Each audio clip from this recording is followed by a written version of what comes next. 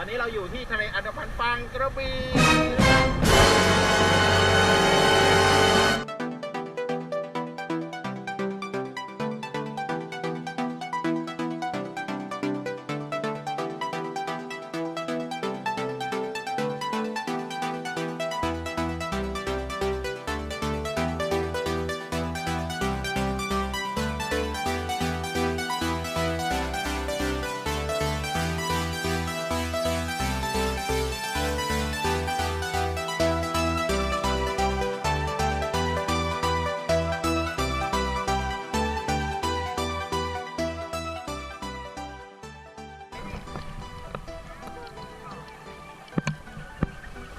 ต้องไปตรงที่คนน้อย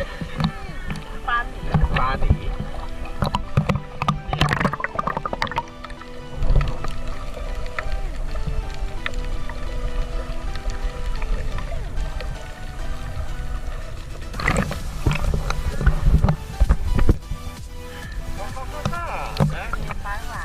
วัสดีปลาทั้งหลาย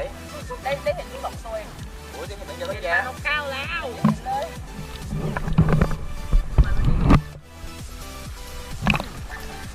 ไปแล้วพลังปลากบ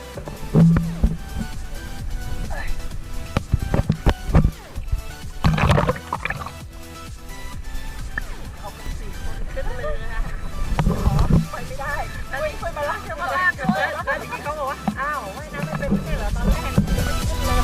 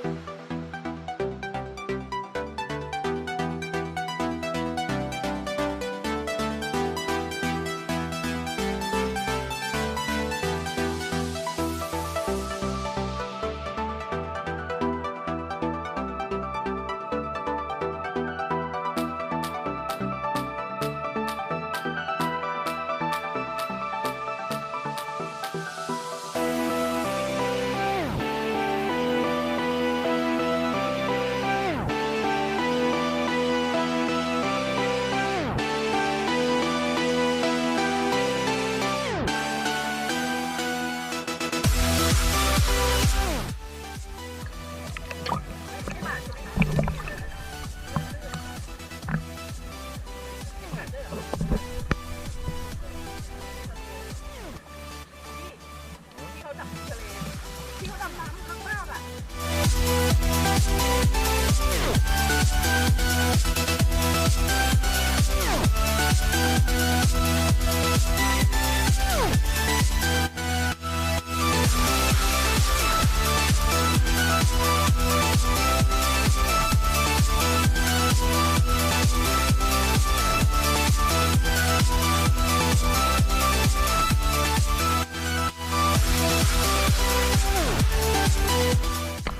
เราประสบปัญหาทางด้านอากาศแล้วนะครับเนื่องจากมีฝนตกกลางทะเลตอนนี้เรากำลังอพยพขึ้นบกกัน